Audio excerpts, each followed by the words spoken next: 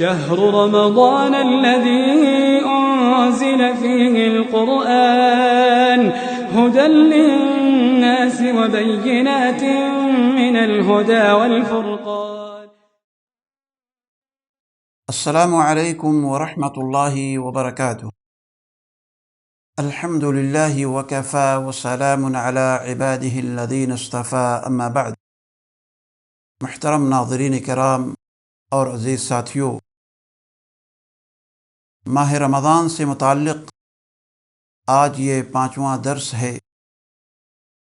یقیناً ماہ رمضان المبارک بہت ہی خیر و برکت اور فضیلت کا مہینہ ہے.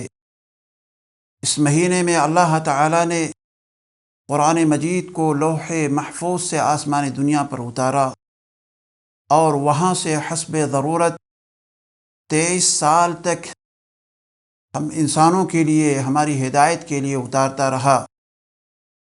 اللہ تعالیٰ کا فرمان ہے، شہر رمضان الذی انزل فیہ القرآن ہدی للناس وبینات من الہدی والفرقان فمن شہد منکم الشہر فلیصم. ماہ رمضان وہ مبارک اور سعادت والا مہینہ ہے جس میں قرآن عظیم اتارا گیا، جو لوگوں کو ہدایت کرنے والا ہے اور جس میں ہدایت کی اور حق و باطل کی تمیز کی نشانیاں پائی جاتی ہیں. تم میں سے جو شخص اس مبارک مہینے کو پائے اسے روزہ رکھنا چاہیے. اس مہینے کی ایک فضیلت یہ ہے کہ اللہ تعالیٰ نے اس ماہ کے اندر ایک عظیم رات ہم انسانوں کو عطا کر دی ہے، جو آخری عشرے کی طاق راتوں میں آتی ہے، جس میں کی گئی عبادت 1000 مہینوں کی راتوں سے بہتر ہوتی ہے. عام طور پر انسانوں کی عمریں بھی اس سے کم ہوا کرتی ہیں. چنانچہ اللہ تعالیٰ نے قرآن مجید کے اندر ارشاد فرمایا، اِنَّا أَنزَلْنَاهُ فِي لَيْلَةِ الْقَدْرِ وَمَا أَدْرَاكَ مَا لَيْلَةُ الْقَدْرِ لَيْلَةُ الْقَدْرِ خَيْرٌ مِّنْ أَلْفِ شَهْرٍ. یقیناً ہم نے اسے شب قدر میں نازل فرمایا. تو کیا سمجھا کہ شب قدر کیا ہے؟ شب قدر 1000 مہینوں سے بہتر ہے. 1000 مہینوں کا اگر کیلکولیٹ کیا جائے تو یہ 83 سال 4 مہینے تقریباً ہوتے ہیں. اس ماہ کی عظمت ایک یہ بھی ہے کہ اللہ تعالیٰ نے روزے داروں کے لیے جنت کے اندر ایک اسپیشل گیٹ بنا رکھا ہے جس کا نام الریان ہے. اس کی خصوصیت یہ ہے کہ اس گیٹ سے صرف اور صرف روزے دار ہی اندر جائیں گے. اس سے ان کے علاوہ کوئی دوسرا شخص اس گیٹ سے نہیں جا سکتا ہے. چنانچہ حدیث کے اندر آتا ہے کہ اللہ کے نبی جناب محمد رسول اللہ صلی اللہ علیہ وسلم نے ارشاد فرمایا، ان فی الجنت بابا یقال له الریان يدخل منه الصائمون یوم القیامہ لا يدخل منه احد غیرهم یقال این الصائمون. جنت میں ایک دروازہ ہے جسے ریان کہا جاتا ہے. قیامت کے دن اس سے صرف روزے دار ہی داخل ہوں گے، ان کے سوا کوئی دوسرا داخل نہیں ہو سکتا.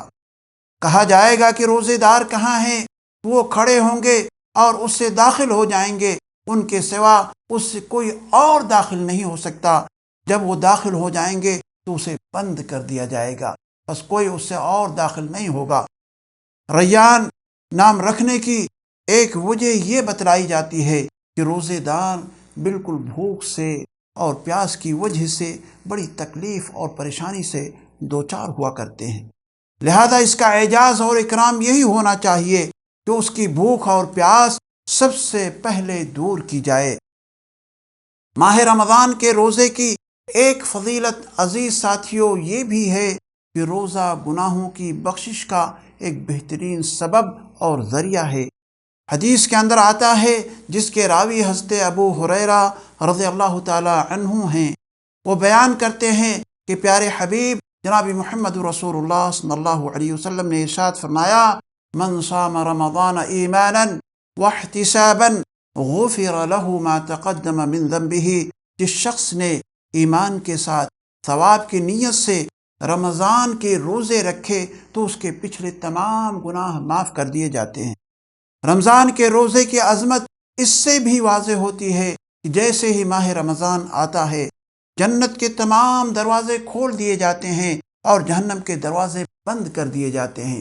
شیطانوں کو جکڑ دیا جاتا ہے تاکہ یہ لوگوں کو اپنے جال کے اندر اور اپنے مکر کے اندر نہ پھانس سکے۔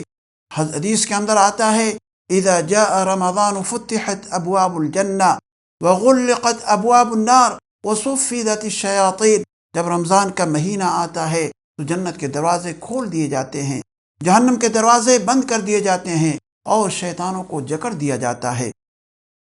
رمضان کے روزے کی فضیلت اور مقام اس سے بھی ظاہر ہوتا ہے کہ اللہ تعالیٰ نے تمام جتنی بھی دوسری عبادتیں ہیں جیسے نماز ہو، زکوٰۃ ہو، حج ہو، ان تمام عبادتوں کے اجر و ثواب کو اللہ تعالیٰ نے متعین کر دیا ہے۔ فرشتے ان کے ثواب کو لکھنے پر مامور ہیں، جبکہ روزے کے ثواب کے بارے میں اور اس کے اجر کے بارے میں اللہ تعالیٰ نے خود حدیث قدسی کے اندر ارشاد فرمایا ہے کہ روزہ انسان میرے لیے رکھتا ہے اور روزے کا صلہ اور اس کا اجر میں ہی اسے عطا کروں گا۔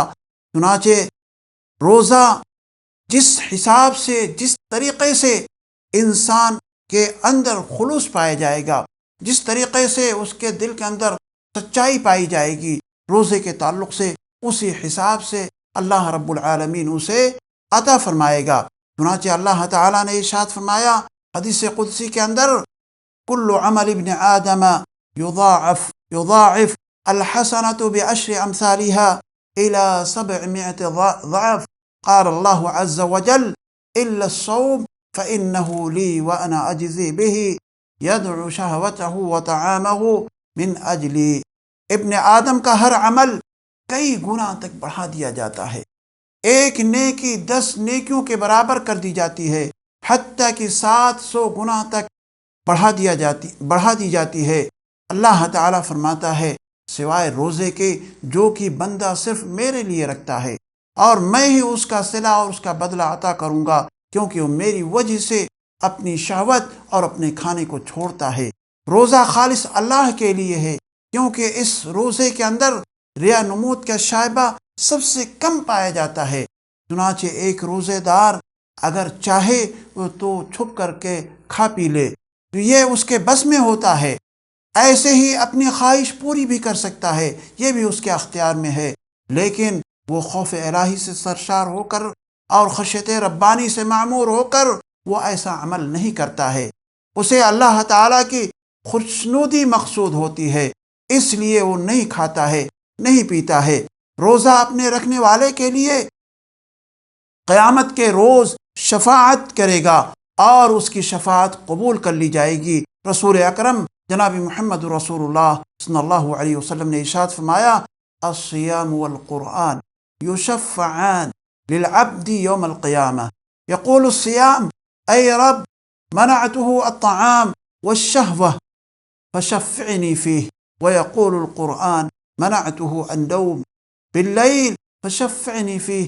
روزہ اور قرآن دونوں بندے کے حق میں قیامت کے دن شفاعت کریں گے۔ روزہ کہے گا اے میرے رب میں نے اسے کھانے اور شہوت سے روکے رکھا، اس لیے تو اس کے حق میں میری شفاعت قبول فرما۔ قرآن کہے گا اے پروردگار عالم میں نے اس کو رات کو سونے سے دور رکھا، لہذا تو اس کے حق میں میری شفاعت اور میری سفارش قبول فرما۔ آپ علیہ الصلوۃ والسلام نے ارشاد فرمایا چنانچہ ان دونوں کی شفاعت قبول کر لی جائے گی۔ روزہ سب سے پہلا سبب ہے جس کی بنیاد پر ایک انسان جنت میں داخل ہوگا۔ ایک بار نبی کریم صلی اللہ علیہ وسلم صحابہ کرام کی مجلس میں بیٹھے ہوئے تھے، آپ نے صحابہ کرام کو مخاطب کرتے ہوئے فرمایا وہ کون شخص ہے جس نے آج روزہ رکھا ہے؟ سیدنا ابو بکر صدیق رضی اللہ تعالی عنہ کھڑے ہوئے، انہوں نے فرمایا یا رسول اللہ میں نے روزہ رکھا ہے۔ آپ نے پھر سوال کیا کون ہے جس نے آج نماز جنازہ میں شرکت کی؟ سارے لوگ خاموش رہے۔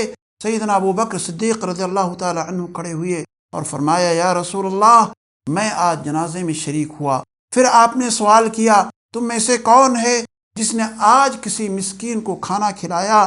سیدنا ابو بکر صدیق رضی اللہ تعالی عنہ نے فرمایا اے اللہ کے رسول میں نے آج کھلایا ہے۔ پھر آپ نے ایک سوال اور پیش کیا، تم میں سے کون ہے جس نے آج کسی مریض کی عیادت کی ہے؟ سارے لوگ خاموش رہے۔ پھر سیدنا ابو بکر صدیق رضی اللہ تعالی عنہ نے فرمایا اے اللہ کے نبی میں نے آج ایک مریض کی عیادت کی ہے۔ آپ علیہ الصلوۃ والسلام نے تب فرمایا جس شخص میں یہ 4 صفتیں ہوں گی وہ جنت میں جائے گا۔ اس حدیث کے اندر جنت میں جانے والا ایک وہ شخص بھی بتایا گیا ہے جو روزہ رکھتا ہے، تو روزے کا اتنا بڑا ثواب ہے۔ عزیز ساتھیوں، ہم اللہ تعالیٰ سے دعا کرتے ہیں کہ الہ العالمین ہمیں رمضان المبارک کی فضیلت سمجھنے کی توفیق عطا فرما۔ اے پروردگار عالم ہمیں سنت رسول کے مطابق روزہ رکھنے کی توفیق عطا فرما۔ اے اللہ ہمارے روزوں کو قبول فرما۔ اے اللہ ہم تمام لوگوں کو روزہ رکھنے کی ہمت اور طاقت عطا فرما۔ اے پروردگار عالم تو ہمارے دلوں سے کینہ اور بغض کو ختم کر دے، نکال دے۔ اے اللہ دنیا کے تمام مسلمانوں کے اندر جو اختلافات پائے جاتا ہے ان تمام اختلافات کو ختم کر کے تو انہیں متحد کر دے، انہیں ایک دوسرے کے ساتھ جوڑ دے۔ وآخر دعوانا ان الحمد للہ رب العالمین۔